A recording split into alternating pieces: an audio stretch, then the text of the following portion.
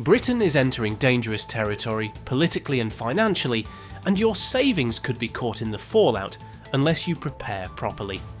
The division and unrest affecting British society are far from over, and until those deeper fractures begin to heal, the country still has a long way to go. That also means the economy may have further to fall before it finally reaches the bottom. So we have to seriously consider whether sterling, having already lost most of its value since Britain effectively left the last gold standard, can survive what may still be coming. And in that environment, ordinary people are being forced to put themselves back on their own personal gold standard, because relying on sterling alone is no longer enough. Last week's local elections showed a major shift toward reform, alongside smaller gains for the Green Party, further evidence that two-party politics in Britain is breaking down. Reform leader Nigel Farage has said that if elected, his government would withdraw Britain from the European Convention on Human Rights and build migrant detention centres in areas that vote Green. When asked about the possibility of violent protests from left-wing opponents, Farage appeared undeterred. If reform were to win a large enough majority to implement those policies, the risk of political unrest would become far more serious.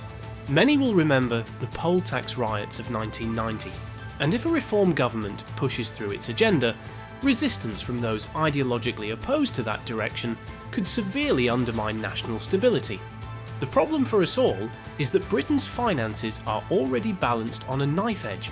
As reported by The Telegraph, the country could once again be heading toward an International Monetary Fund bailout, just 50 years after the last one.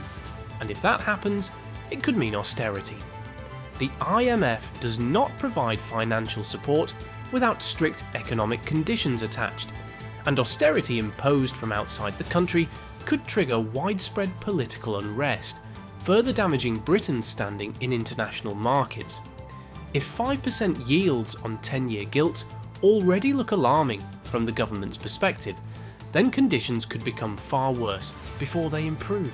It's becoming increasingly difficult to imagine Britain getting through the next few years without a rise in political violence. The markets will likely not respond well to that, and the economic cost could be severe. In a period of political instability, financial uncertainty, and weakening currencies, physical gold becomes our insurance policy.